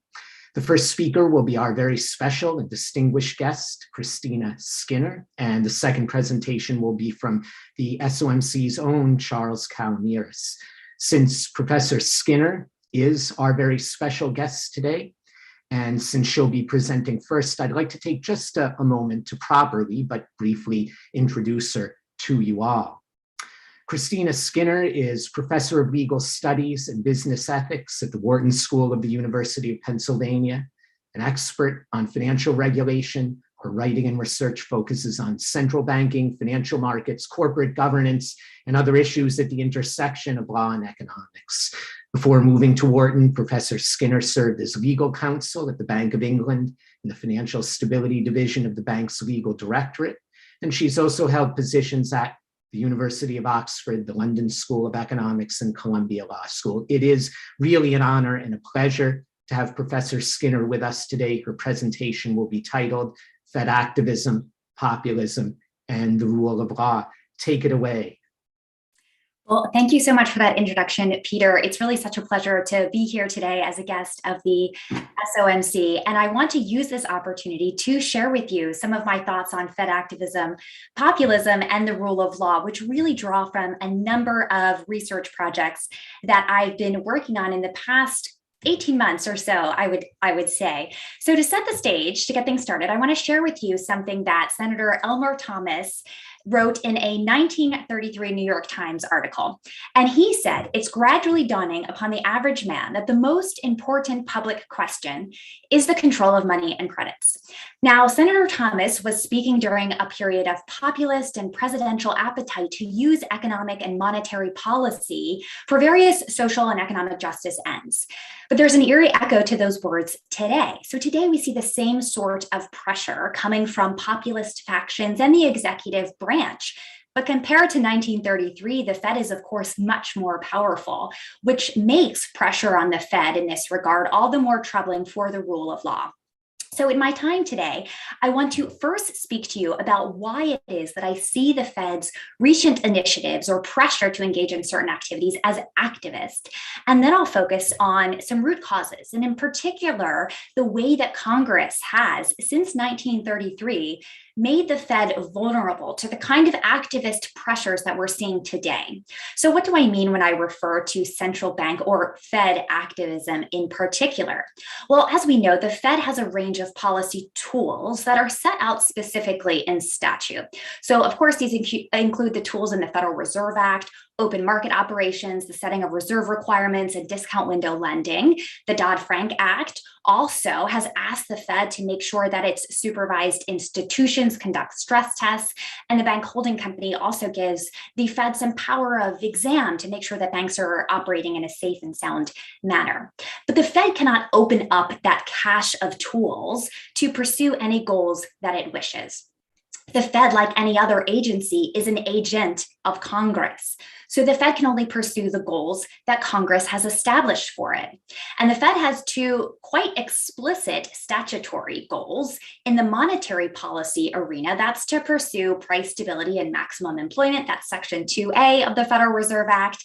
And in the supervisory and regulatory arena, that's to ensure, as I just mentioned, the safety and soundness of the banks that it oversees. So the Fed has what we commonly refer to as instrument independence, but it doesn't have goal independence. But that's all been turned on its head in the past 2 years. Increasingly, the Fed and other central banks around the world have been asked to be more and more activist. That is, to use their existing policy tools to try and accomplish new goals, to do more and more economic engineering. Now, the signature issue here is climate change. From late 2019, central banks around the world have started communicating their concern with and their commitment to addressing climate change. So, for example, we had Christine Lagarde at the ECB refer to climate change as mission critical to the ECB. And just like her predecessor, Mario Draghi, once said in regard to stabilizing the Eurozone, she essentially has indicated that she'll do whatever it takes to deal with climate change. So the ECB has been pioneering a green bond buying program, which is commonly referred to as green QE. Mark Carney, while he was governor at the Bank of England, well, he really expanded their definition of a financial stability risk to also include climate change, which in turn served as the trigger for new supervisory requirements like scenario analysis, which is something that stops just short of stress testing. The Monetary Policy Committee at the Bank of England also now focuses on buying green bonds as part of its asset purchase program. And of course, globally, there have been a number of calls to increase capital requirements for certain kinds of brown assets to try and redirect the flow of capital to green and away from brown. Now, for a number of years, the Fed had been more measured in its approach and its reaction to this movement. But in the face of tremendous international and presidential pressure, the dam is slowly breaking. The Fed has joined that network for greening the financial system, this consortium of central banks. It's issued a financial stability report indicating that it may consider climate change a financial stability risk, and it's created 2 new supervisory committees dedicated to exploring how it can use its supervisory tools to address climate risk. But it's far from clear that the Fed has a legal mandate to use its policy tools to address climate change. Price stability has not been impacted by climate change, and given banks' relatively small exposure to the heavy carbon producers, it's also far from clear that climate change poses a risk to banks' solvency, that is, poses a financial stability risk. But regardless, the topic of how much the Fed can do on climate change is now part of our regular conversation about the role of the Fed today. And it's really opened the floodgates to a raft of activist pressure on the Fed. So now the Fed is being called upon to address all kinds of structural issues in our economy that are really only suitably for the legislatures to address through new laws and clearly delegated policy authority. And these issues include inequality, education policy, payments efficiency, financial inclusion, and the list will no doubt grow longer. Now, this is problematic for the rule of law in the biggest picture sense. These are questions that are polarizing. There isn't a real social consensus about what the state should do about these problems, and certainly not about what the Fed should do. If there were, Congress would write new laws giving the Fed new goals to tackle climate change, to mitigate inequality, to create a new digital dollar. But it hasn't. And yet the fact that Congress has not asked or authorized the Fed to pursue any of these goals or problems is now largely considered irrelevant in some quarters. In fact, there's developed this view that the Fed should just do it because Congress is gridlocked and the ends will justify the means here. But this phenomenon where the central bank has assumed for itself or is on the precipice of assuming these new roles begs an important question. How could this happen? What is it about the structure of monetary and regulatory and supervisory governance at the Fed that has enabled this extra legal transformation? Now, the first thing to consider is the nature of delegations that Congress has made to the Fed itself.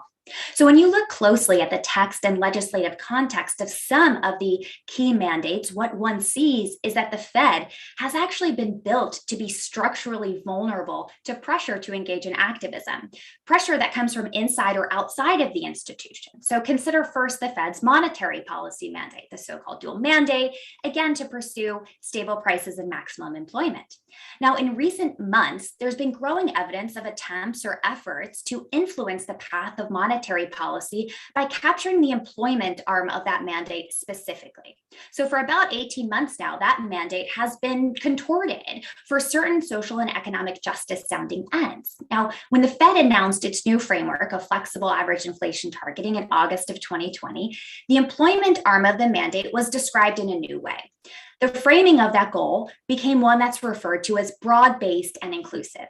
Now, this new framing of the employment mandate has been used to rationalize a suggested splintering of the employment mandate to focus on particular geographic and demographic groups that appear not to be faring as well as some others.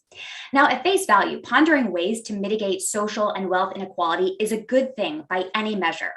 But as a rule of law and separation of powers matter, how are we to evaluate an effort to use the Fed's power to help some groups over others? Technocratic central bankers that are looking for evidence about distributive outcomes seems to sit quite uncomfortably with their apolitical technocratic core. After all, basic premises of economic policy instruct that the central banker should focus on maximizing social welfare, but to stay out of these thorny questions of distribution. And this new interpretive gloss, I would argue, was made possible because of the way that Congress created the dual mandate in the first place.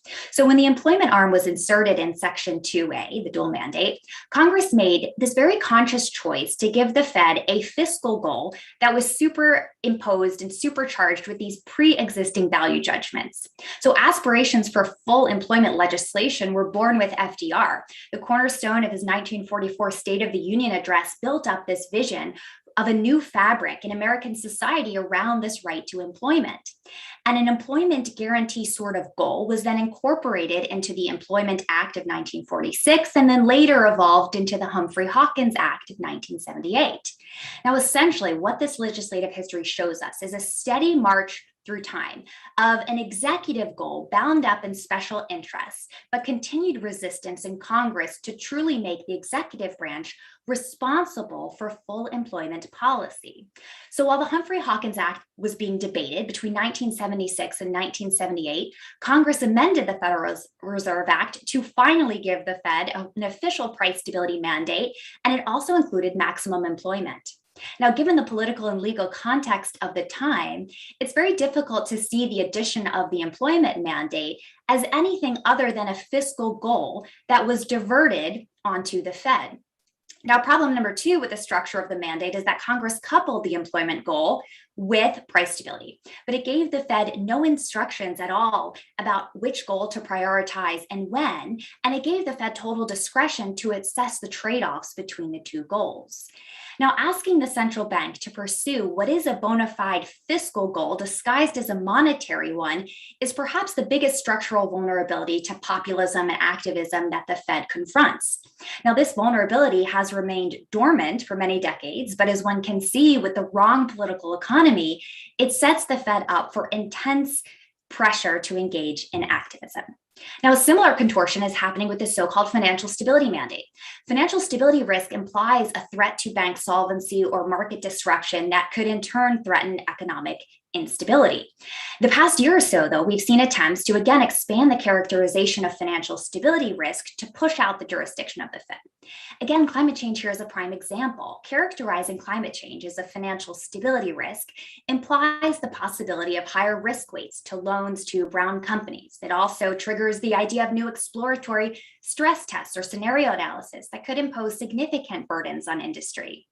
Now, the problem is that the financial stability mandate is even more porous than the monetary policy one.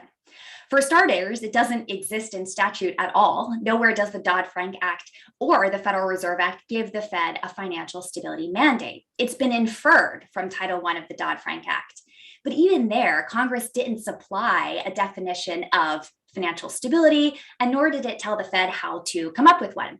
In fact, it didn't ask the Fed to identify new financial stability risks at all. It gave that job to the Financial Stability Oversight Council.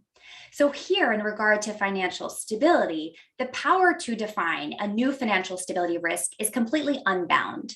A Fed that can identify new financial stability risks and then use that as a trigger to more tightly regulate or supervise certain industries via the banking sector is a tremendously attractive power to accomplish various policy goals without involving Congress. And if there are no constraints on time or the hypothetical character of a risk, any number of things could be characterized as a financial stability risk. And ultimately, it's not so clear that we can cordon off what happens in the financial stability side of the Fed brain from the monetary policy side. Once the Fed characterizes something as a financial stability risk, it's just a stone's throw from suggesting it implicates employment, hypothetically, or price stability, hypothetically too. And there are no legal checks preventing these kinds of moves. So the Fed has a bit of a mandate problem that is undermining its ability to stay within a narrow lane that's been set by Congress. And again, it's because the Fed's mandates have one or more of these following structural problems. One, the mandates would impose a fiscal goal on the Fed, but that kind of job demands value judgments, which only elected officials who are democratically responsive should make. Two, the mandate is unbounded, especially in regard to its time horizon. And then again, it's unclear what can trigger the deployment of the Fed's tools. Or three, the mandate conflicts with other existing goals. Again, how can the economic technocratic Fed make these kinds of trade-offs at any given point in time? Now, there's a second delegation problem to consider as well, and I'll only do it very briefly. And this is Congress's propensity to give the president power over money in times of emergency. So in separate work, I've canvassed the way that Congress has delegated its monetary and fiscal powers to presidents at various junctures over time, allowing FDR to devalue the dollar and assisting his gold program by abrogating gold clauses in contracts, giving Nixon the implicit power to leave the gold standard, allowing the ESF to continue to operate like a presidential power of the purse, and most recently giving the president a tremendously powerful but backdoor way to direct the financial regulatory agencies through the FSOC. Now, the buildup of these powers over time suggests two things that are relevant to Fed activism. First, the president now has a way to pressure the Fed directly through the FSOC. And this is really a sea change in practice that was established in the 1951 Fed Treasury Accord. And second, the president has a number of levers to pull that push for more profligate spending. And with the advent of QE, this means that the prospect of debt monetization, whether it's acknowledged by the Fed or not, grows higher every day. And so too does the threat of using QE to allocate capital for politically favored projects. So we should try to arrest the onset of activism at the central bank because it will set us on a path of tremendous growth for the central bank and its role in society. And so to wrap up, I've basically covered why activism is a legal phenomenon, a mandate contorting exercise, and why it has legal roots in the structure of Congress's delegations to the Fed. And in my next project, I'm going to consider why it is that we don't have sufficient checks on Fed activism. So usually the federal courts are the ally when it comes to reviewing and halting government overreach in the administrative state, but for a number of judicially and statutorily created standing barriers, decisions about monetary policy are largely insulated from review, and things like improper executive branch pressure on the Fed would certainly be outside the court's jurisdiction. So I will leave it there. Thank you for indulging me a couple of minutes over time, and I look forward to hearing your thoughts after Charlie.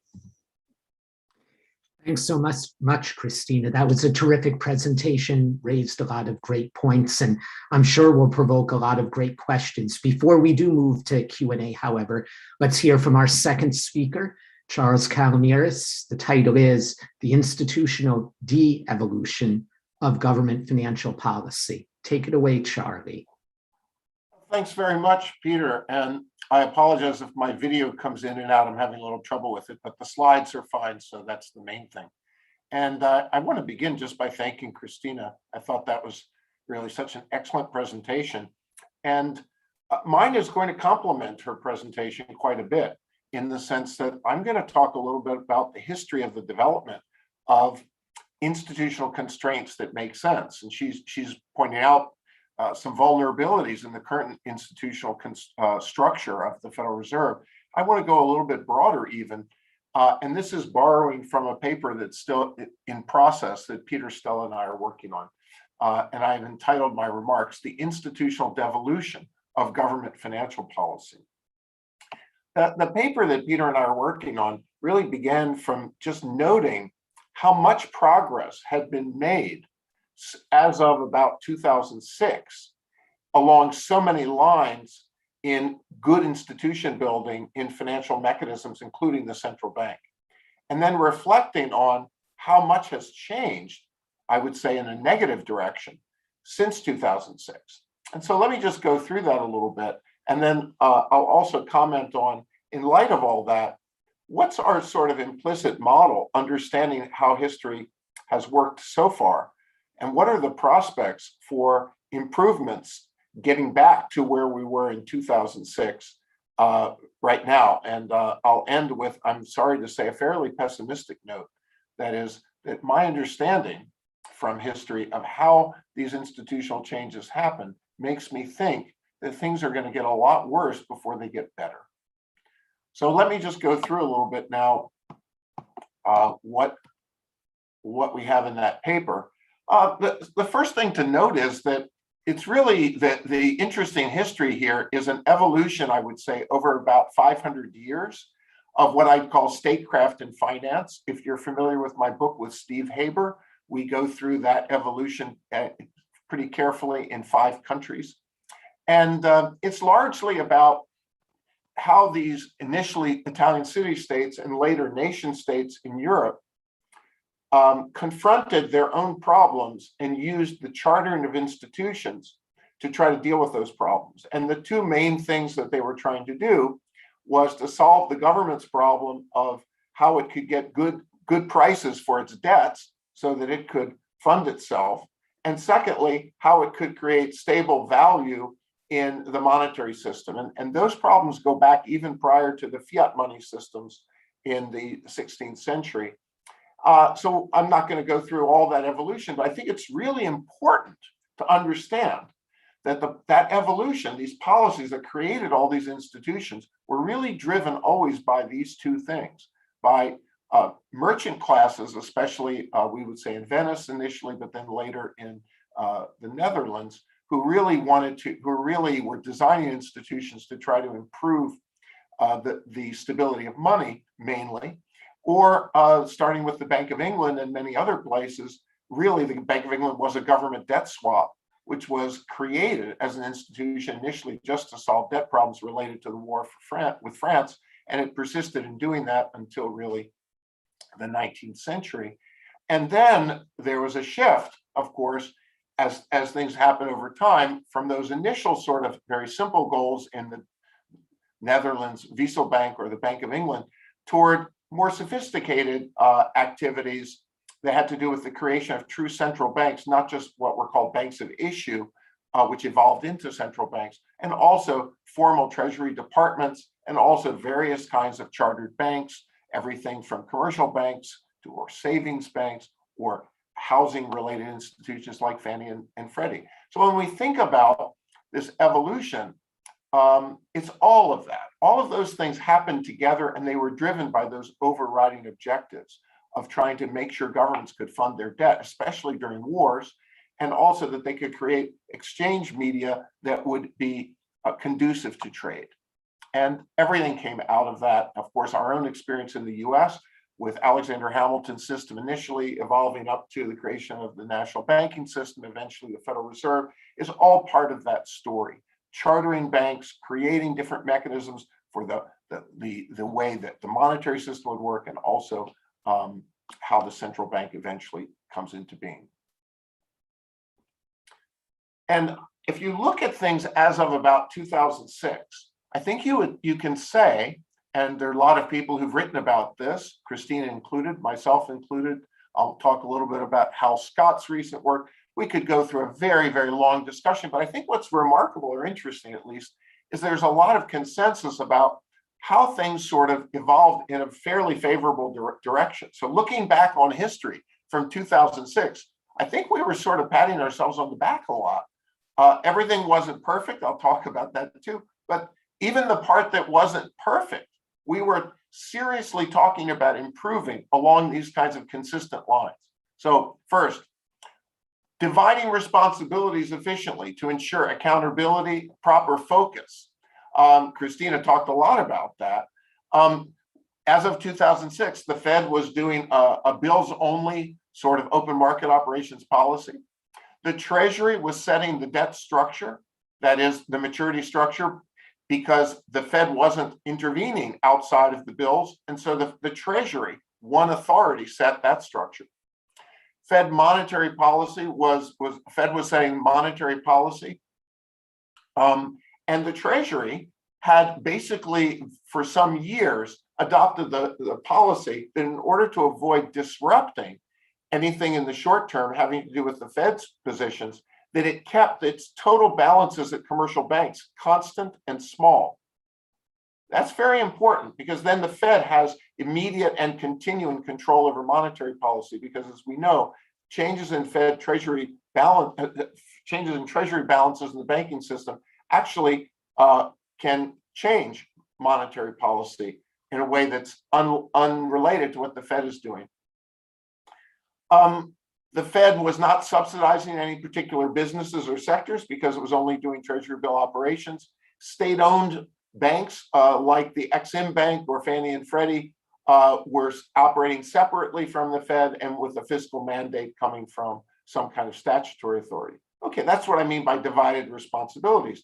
We were a model of that principle. Establishing rules and procedures in the interest of fairness. I want to emphasize things like making sure that we have public auctions of our debts and that people don't get to have higher interest rates than other people in holding public debt. That's why we have public auctions of debt. There's a long history that Mark Flandreau and Luke Levin and I have reviewed in a paper in 2016 on how central banks had to be very careful that when they set their rules initially for how they made loans, that those rules had to be clearly fair, not discriminatory toward anyone. And so there's a very long evolution across many countries of how central banks went out of their way to make sure that they were using fair, rule of law based and transparent policies to ensure they weren't in any way disrupting the principles that everyone should be paid the same interest on public debt, and that any kinds of lending that's being done is not being done with any favoritism. Using policy frameworks. Now, using policy frameworks, of course, we didn't have a Taylor rule framework, but as many people, including my colleagues here on the Shadow Committee, have pointed out, the Fed was, until about 2002, sort of acting sort of like it was pursuing a Taylor rule. So for the 20 years leading up to 2002, the market understood that there was a grounding of monetary policy in some observable variables. Even though this systematic framework wasn't announced as a formal rule or required by Congress, we were operating under that pretty well. And by the way, a lot of people around the world were developing what I would call similar practices, flexible inflation targeting, and also debt management practices, which the World Bank helped to pioneer, establishing a set of best principles and best practices for how Treasury departments should manage their debt structures. So with that division of responsibility and with this rule-based thinking and making sure everything is fair, this is kind of how the world evolved over 500 years with a common understanding. The governance of the Fed was set up, of course, in the initial Federal Reserve Act to create a political balancing between Washington and the banking system. And that's why the 12 regional Fed presidents were given independent appointments, and a balance of interests is reflected in the Fed in the Open Market Committee, and also in more generally the regional distribution of the Fed presidents. And that persisted. We had a lot of dissents going on during this period, where it was clear that the Fed independence across the Fed was not just on paper, but actually real. I want to emphasize that I'm not saying the world was perfect in 2006. We didn't have an explicit monetary policy rule. We didn't have and still don't have an explicit lender of last resort rule. We did have some legal limits on what the Fed could do, but not explicit rules. And we also had the Fed involved in inappropriate, even then, inappropriate regulatory policies like merger approvals. And there's a long story I could talk about the Community Reinvestment Act and what it did to the Board of Governors, how it politicized the Board of Governors with trillions of dollars of extortionary transfers that were made related to Board of Governor adjudication of merger approvals. So all of this was not perfect, right? But I want to emphasize these problems were being actively discussed. In fact, if you recall, Bernanke in Michigan even wrote a book where they were advocating rule-based monetary policy just in the early 2000s.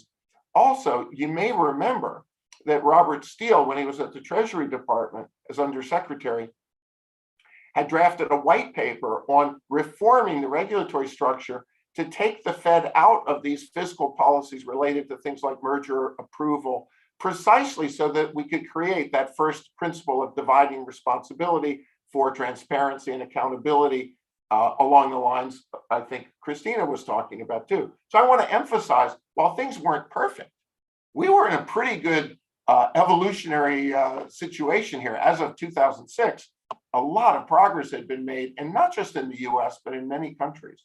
Okay, where are we now? Okay, the Fed, I would say, is currently operating as a state-owned bank. That is, it's not just doing monetary policy, it's funding mortgages, it's intervening to subsidize municipalities when that seems like a good idea. You know, Debbie was talking about the mixing of the Fed and the Treasury in some of the COVID relief packages. Hal Scott recently wrote a paper kind of pointing out that because of the unclear responsibility for actually administering some of those programs, things were done that were not desirable. The Treasury wasn't able to do what it wanted to do because the Fed wasn't always willing to implement Treasury policies. The lines of separation weren't clear, and that was probably ineffective in actually getting the relief to happen. We probably did less relief in some ways than we should have, partly because of these divided responsibilities. That's Hal's point, I think. Okay, what about this principle that everyone gets paid the same on government debt? Oh, wait a minute. The Fed's now, contrary to the statutory authority it was given on interest on reserves, I want to emphasize, contrary to its statutory authority, is paying above market interest rates to banks and has been since it began. I could talk, if anyone wants to hear about why Congress decided not to hold the Fed accountable for that failure to abide by its statutory authority. That was a political play that's very interesting. It also recently expressed its concerns about the profitability of money market mutual funds and made sure in its repo market interventions to make sure repos were getting sufficient profits so they wouldn't have financial distress. Isn't that nice of them to discriminate not just in favor of banks so that they can earn more on government securities than you and I can, but also to make sure money market mutual funds are getting enough profits. Of course, the Fed's holding all the maturities of treasuries. So who's in charge of debt maturity right now, decisions about the outstanding debt held by the public of the treasuries?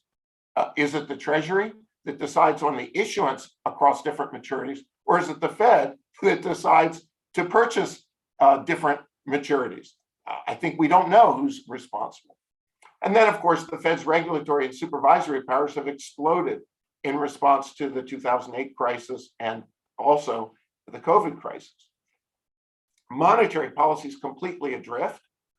We have not only an implicit framework the way we did prior to 2002, but inflation's been accelerating. There's no recognizable commitment to reining in inflation. There's no real, I think, statement, as many people on the first panel said, about some sort of medium-term horizon strategy.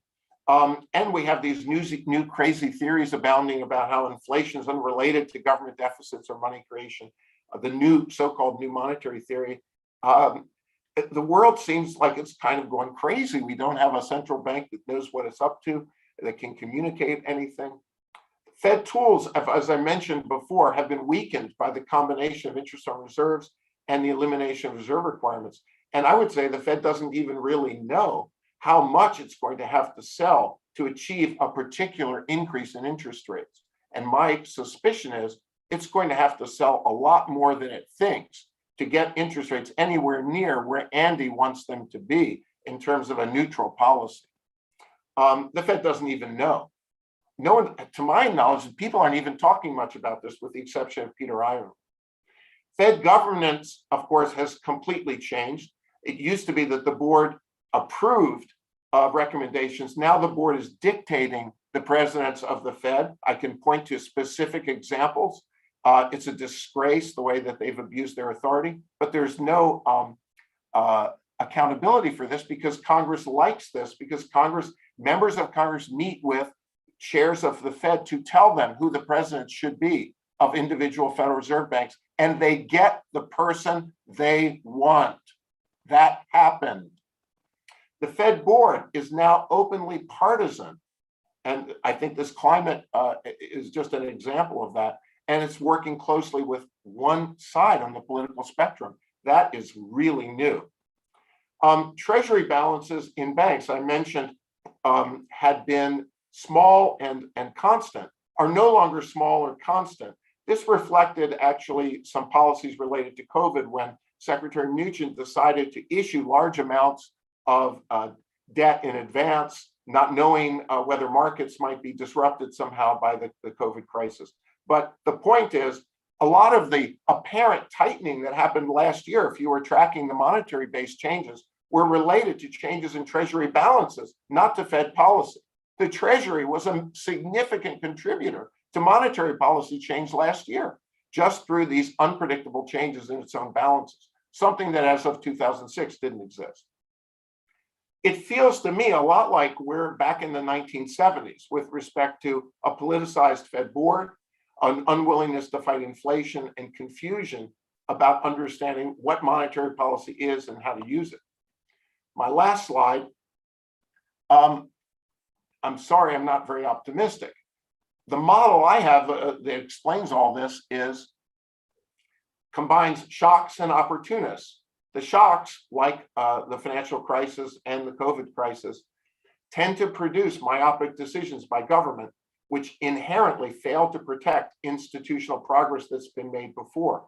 That's what Christina was talking about, being vulnerable, as the Fed is vulnerable to activist pressures. But I want to also emphasize the Fed is all too welcoming of getting new authorities, new abilities, because that translates into new power. And that has been their mantra from the beginning, all the way going back to 1935 when they started regulating what later became bank holding companies. And it's been a consistent pattern through time. So part of the problem is that these shocks produce political decisions to be myopic, but then the agents of the administrative state are themselves opportunists to expand their power. And they're not really interested, particularly in accountability, efficiency, or transparency. Politicians, what about the politicians that come into power? Big reformers like Donald Trump. Well, he had an unbelievable opportunity to reform the Federal Reserve Board. He could have transformed it.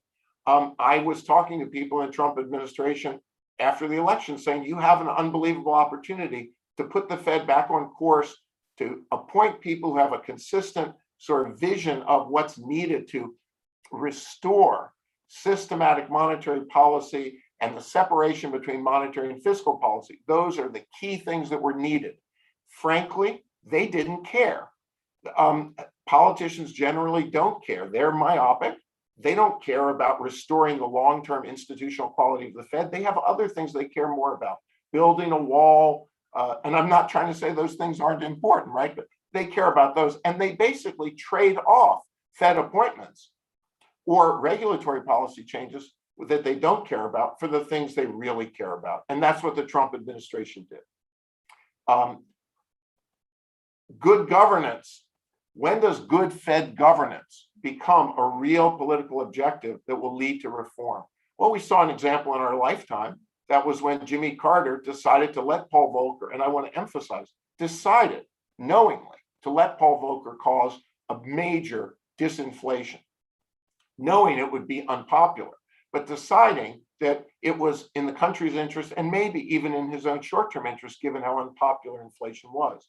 And so I think that's the example that we have to point to. And what it tells us is that all of this institutional devolution that's happened is not likely to reverse until things get a lot worse, until we are back where we are. It feels to me like we're in about 1973 right now, and I have bad news for you. Things didn't get better for about a decade. It took a decade of delay and then installing someone to do a very painful disinflation. So I'm sorry, I wish I could be more optimistic, but I think what history tells us is none of this is that surprising. We will eventually restore our commitment to good institution building. That's a worldwide long-term phenomenon, but it's going to get a lot worse before it gets better. Thank you for your attention.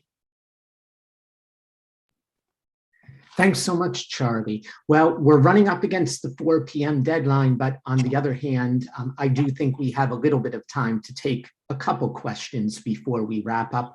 Let me take the moderator's prerogative to begin with one of my own. This is for you, Christina. It doesn't really surprise me to see that the political system always attempts to take advantage of weaknesses in or incompletenesses in legislation to pressure the Fed or any other central bank to do more stuff that, you know, fits with their agenda. I suppose this time around, however, what takes me aback a little is that Fed Reserve officials here in the United States in particular, but ECB officials too, they just seem a little bit too eager to participate, especially so with climate change, with equity, all important issues, but as you say, not issues that monetary policy is very well equipped to address. So my question has two parts. Number one, based on your broader historical knowledge, are you troubled by the same thing? Is this something that seems unique to this day, the eagerness of central bankers to play the game? And if so, as a former legal advisor to a central bank, you know, what advice would you give to the governor of the Bank of England or to a Federal Reserve governor is a way of trying to push back against the political system, maybe gently but firmly, in order to, maybe bring central banks back into their lane? Well, that's a wonderful question, and I'll try and answer it very succinctly since we're already over time. I mean, I guess I'll sort of bucket my answer to you in two categories. So first, just looking at the Fed itself, right? I mean, the Fed didn't, like many other central banks, as sort of Charlie was talking about, I mean, it didn't start off as this robustly independent entity from the executive, right? For the Fed, that independence was more or less hard won, right? Really, through the Fed Treasury Accord, there were plenty of instances, especially around the world wars, where the Fed was essentially operating under the thumb of the Treasury. But post 1951, that norm sort of built up over time, where the Fed was independent from the Treasury and certainly from the president, with a few exceptions where you sort of had Nixon and Burns, where Burns was, playing ball with Nixon's economic agenda. But when you get to the 90s, right, the notion of central bank independence is really solidified at the Fed and worldwide. That's when the Bank of England sort of also gets its independent monetary policy authority. And so I would say it's really been, very well respected norm for the past 20 years. But of course, independence is always quite vulnerable because it is in many ways more of a norm than something that's hard baked into the law. So it really depends on the self-restraint of both parties, right? Of both the executive branch and the Fed to observe that norm, right? Not to pressure and also to push back as appropriate. And so we do have some reason to worry when we see that norm breaking down. I think it's also interesting to note that the Fed has its own special breed of independence from the executive branch that's quite distinct from other central banks like the Bank of England, for example. So while the Bank of England is, of course, an independent central bank, there are more legal avenues for the executive, the Treasury, to officially direct the central bank. So I've written on this with a former colleague from the Bank of England, where we discuss the differences between the US and the UK and the extent to which the HMT has formal powers of override, where it can essentially direct financial stability policy or monetary policy, usually in times of emergency.